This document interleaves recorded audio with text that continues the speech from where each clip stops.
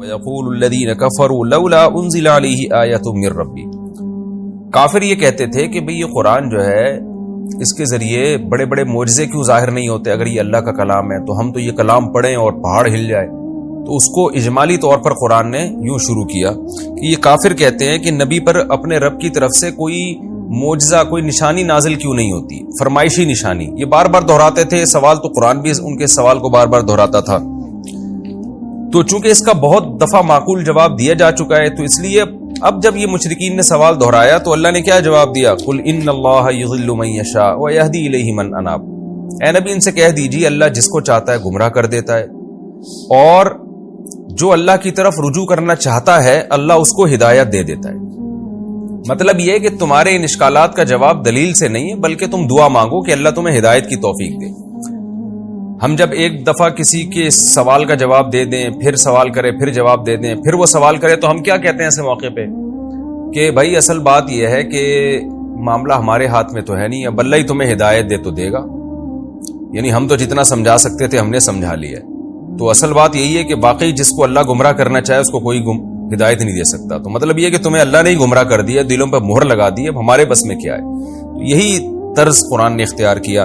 وہ کہتے تھے کہ نبی پر کوئی نشانی نازل کیوں نہیں ہوتی؟ تو اللہ نے فرمایا ان سے کہہ دیجیے اللہ جس کو گمراہ کرنا چاہے، جس کو چاہتا ہے اللہ گمراہ کر دیتا ہے۔ کیا مطلب؟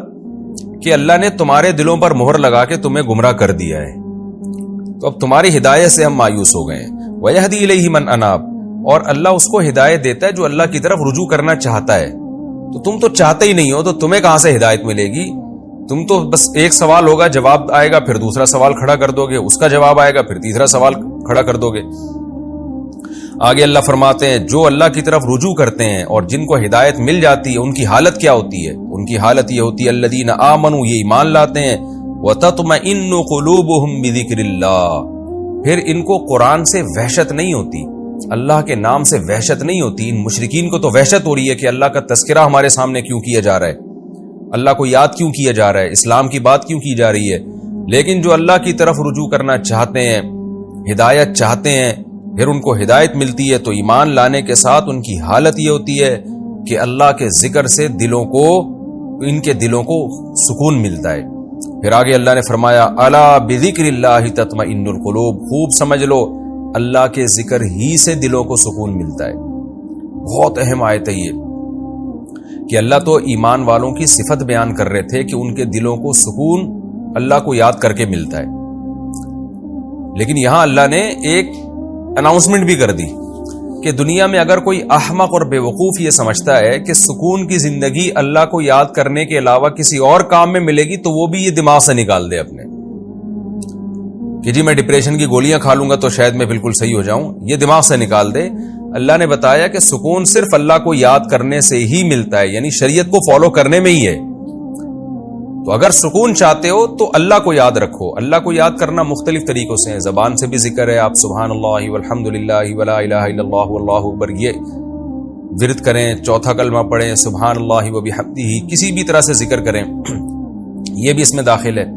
نماز پڑھنا بھی اس میں داخل ہے، روزہ رکھنا بھی اس میں داخل ہے، زکوٰۃ دینا بھی اس میں داخل ہے، شریعت کے جس حکم کو فالو کریں گے سب اس میں داخل ہے، رشتہ داری جوڑنا اللہ کے حکم پر یہ بھی اس میں داخل ہے۔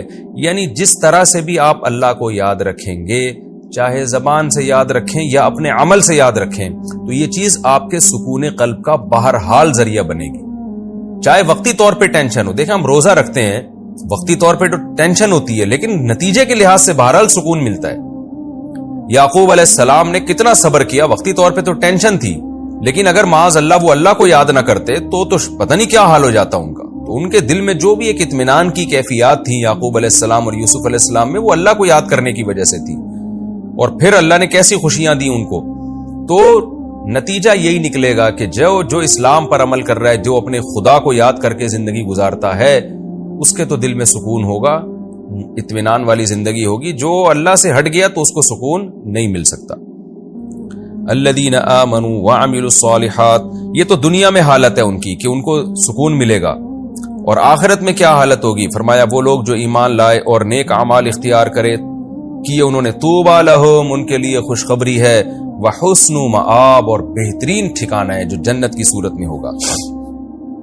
کذالک ارسلناک فی امۃ، اے نبی اس طرح سے ہم نے آپ کو ایک قوم میں بھیجا ہے، یعنی جس طرح ہم آپ کو آیتیں پڑھ پڑھ کے سنا رہے ہیں، دیکھو اس طرح سے ہم نے آپ کو بھیجا اور اس طرح سے ہم نے آپ کو تبلیغ کا حکم دیا، اور ایسی قوم میں بھیجا ہے قد خلت من قبلھا کہ اس سے پہلے بھی بہت سی قومیں گزر چکی ہیں، تو ہم نے آپ کو ان میں کیوں بھیجا؟ لتتلو علیہم الذی اوحینا الیک، تاکہ آپ ان پر تلاوت کریں اس کلام کو جو ہم نے آپ پر وحی کیا، اور اس حال میں آپ ان کو قرآن سنائیں، اللہ کا رحمان کا کلام سنائیں، وہم یکفرون بالرحمن، کہ جب وہ رحمان ہی کا انکار کر رہے ہوں۔ تو ایسی صورت میں کیونکہ جس چیز کی ضرورت ہے اسی کی دعوت دی جائے گی، یہ رحمان کا انکار کرتے ہیں، خواہ اس کے وجود کا انکار کر دیں یا اس کے رحمان ہونے کا انکار کر دیں یا اس کے ساتھ دوسروں کو بھی شریک کر لیں، تو یہ سب چیزیں انکار ہی کہلائیں گی۔ تو یہ رحمان کا انکار کر رہے ہیں، قل ہوا ربی، لیکن آپ نے کیا کہنا ہے ان کو اس وحی کے ذریعے کہ ہوا ربی، وہ میرا رب ہے، لا الہ الا ہو، اس کے سوا کوئی عبادت کے لائق نہیں ہے۔ تم جن کو معبود مانتے ہو میں ان کو معبود نہیں مانتا۔ علیہ توکلتو، رہا مسئلہ کہ پوری قوم ایک طرف اور میں اکیلا ایک طرف، کوئی بات نہیں اے نبی یہ بھی اناؤنسمنٹ کر دیں، علیہ توکلتو، اسی پر میں اعتماد کرتا ہوں، وَإِلَيْهِ مَتَاب، متابی تھا اصل میں، اور میرا لوٹ کے جانا بھی اسی کی طرف ہے، تو میں تمہاری طرف سے جو مجھے مصیبتیں مل رہی ہیں میں ان پہ ٹینشن کیوں لوں، اس لیے کہ جانا تو میں نے اس کی طرف ہے۔ تو انسان جس کی طرف لوٹ کر جاتا ہے اس کی رضا کی فکر کرتا ہے، جس کو چھوڑنا ہے اس کو منانے کی فکر میں نہیں لگا رہتا۔ تو یہ ہمارے لیے بھی بڑی عبرت کی بات ہے کہ ہم رشتہ داروں کو خوش کرنے کے لیے اللہ کو ناراض کر دیتے ہیں، دوستوں کو خوش کرنے کے لیے اللہ کو ناراض کر دیتے ہیں، یہ نہیں پتا کہ یہ دوستوں کو تو ہم نے چھوڑنا ہے، جانا اللہ کے پاس ہے، تو جس کے پاس ہمیشہ رہنا ہے اس کی رضا کی ہمیں فکر ہونی چاہیے۔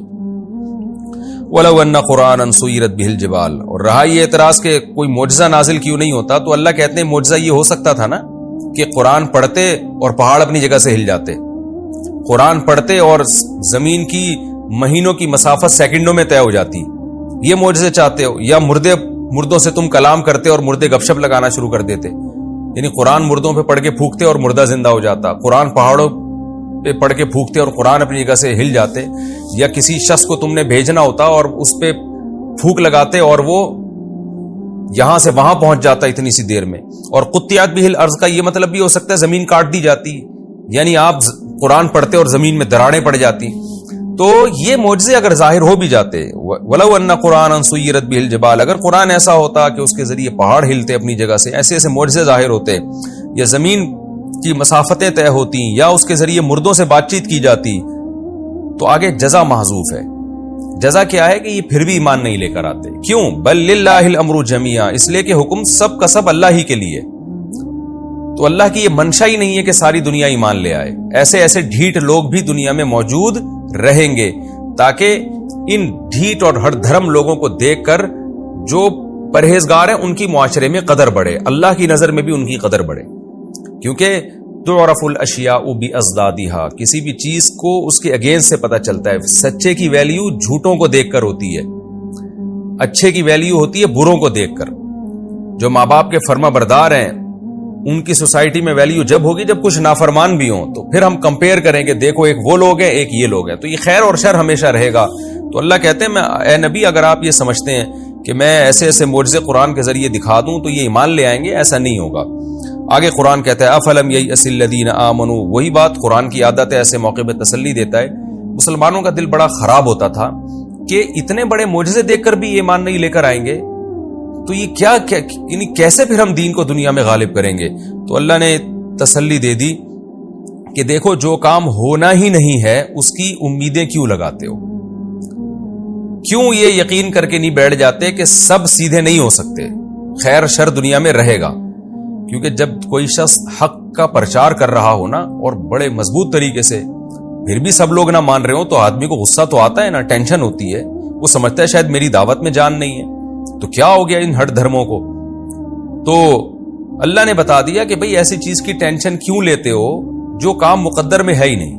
اسی بات کو قرآن نے بیان کیا، افلم ییأس الذین آمنوا، کیا ایمان والے لوگ اب تک مایوس نہیں ہوئے اس بات سے کہ اگر اللہ چاہتا تو سب کو ہدایت دے دیتا، یعنی اس بات سے تم مایوس نہیں ہوئے، یعنی تمہیں مایوس ہو جانا چاہیے کہ اللہ چاہتا تو سب کو ہدایت دے دیتا، تو ایسا نہیں ہو سکتا. اس بات سے تمہیں مایوس ہو جانا چاہیے کہ اللہ چاہے گا اور سب کو ہدایت مل جائے گی، یہ نہیں ہو سکتا. تو اللہ نے چاہنا یہی ہے کہ سب کو ہدایت نہ ملے، خیر اور شر دونوں راستے چلتے رہیں. افلم یئس کا ایک ترجمہ یہ بھی کیا گیا ہے، یئس یئسو کا معنی ایک علم بھی ہے بعض لغات میں، کہ کیا ان لوگوں کو معلوم نہیں اہل اسلام کو کہ اللہ چاہتا تو سب کو ہدایت دے دیتا. تو ظاہر ہے، اور اللہ بار بار یہ بتا چکا ہے کہ میں چاہتا ہوں کہ سب کو ہدایت نہ ملے بلکہ آزمائش رہے، ورنہ گن پوائنٹ پہ تو اللہ سب کے دلوں کو پھیر دے تو پھر آزمائش کہاں سے ہوگی. وَلَا يَزَالُ الَّذِينَ كَفَرُوا تُصِيبُهُمْ بِمَا صَنَعُوا قَارِعَةٌ. رہا مسئلہ کہ پھر ان پر پھر جو ہے یہ کافر لوگ تو اسی طرح اتراتے رہیں گے. تو اللہ نے جواب دیا کہ جو کافر لوگ ہیں وہ ہمیشہ تصیبہم بما صنعوا، ان کی بدعمالیوں کی وجہ سے ان پر قاریاتن کوئی نہ کوئی مصیبت تصیبہم ان کو پہنچتی رہے گی. او تحل قریبا من دارہم، ڈائریکٹ ان کو پہنچے گی یا مصیبت نازل ہوگی ان کے اڑوس پڑوس میں. تو یا تو اس سے اہل مکہ مراد ہیں جن پر مسلسل مصیبتیں نازل ہو رہی تھیں. جب سے اسلام کی دعوت تھی نا تو اہل مکہ پہ کبھی قحط آ رہا تھا، کبھی ایک دھوئیں کا عذاب آیا، اور اڑوس پڑوس میں بھی مصیبتیں آ رہی تھیں. یا پھر ساری دنیا کے کافر، اس سے ساری دنیا کے کافر بھی مراد ہو سکتے ہیں، اس لیے کہ قیامت تک بہرحال کافروں پر کچھ نہ کچھ آزمائشیں آتی رہتی ہیں. اب آپ دیکھیں نا، یہ کرونا بھی تو ایک آزمائش تھی جو آئی ہے. تو کچھ نہ کچھ تو اللہ کی طرف سے سیلاب، زلزلے، یہ سب چیزیں تھوڑی بہت تو آتی ہی رہیں گی. حتیٰ یاتی وعد اللہ، یہاں تک کہ اللہ کا وعدہ آ جائے. وہ وعدہ قیامت بھی ہو سکتی ہے اور وعدہ وہ موت بھی، کہ اللہ کا وعدہ جو موت ہے نا، اور پھر اپنی آنکھوں سے آخرت کا عذاب دیکھ لو. تو وہ جب تک نہیں آتا اس سے پہلے بھی چھوٹی موٹی مصیبتیں آتی رہیں گی. ان اللہ لا یخلف المیعاد، بے شک اللہ اپنے وعدے کی خلاف ورزی نہیں کرتا. یعنی اللہ کا جو وعدہ ہے نا آخرت کا عذاب، وہ تو بہرحال آ کر رہے گا. تو یہ بھی ان کی عبرت کے لیے کافی ہے. یہ ہمارا رکوع الحمدللہ کمپلیٹ ہو گیا، اور اس میں جو اہم ترین آیت تھی کہ اللہ کے ذکر سے اطمینان ہوتا ہے. تو ہمیں سکون کے لیے نا اللہ کو یاد کرنے کی ضرورت ہے. اچھا، اس میں ذکر میں یہ نیت نہیں ہونی چاہیے کہ مجھے سکون ملے، اس میں تو آپ کی نیت ہی غلط ہے، تو پھر نہیں ملے گا. مقصد اللہ کو راضی کرنا ہے، چاہے سکون ملے یا نہ ملے. جو شخص اللہ کو سامنے رکھ کے زندگی گزارتا ہے، اللہ تعالیٰ اس کو سکون اور اطمینان عطا فرماتے ہیں.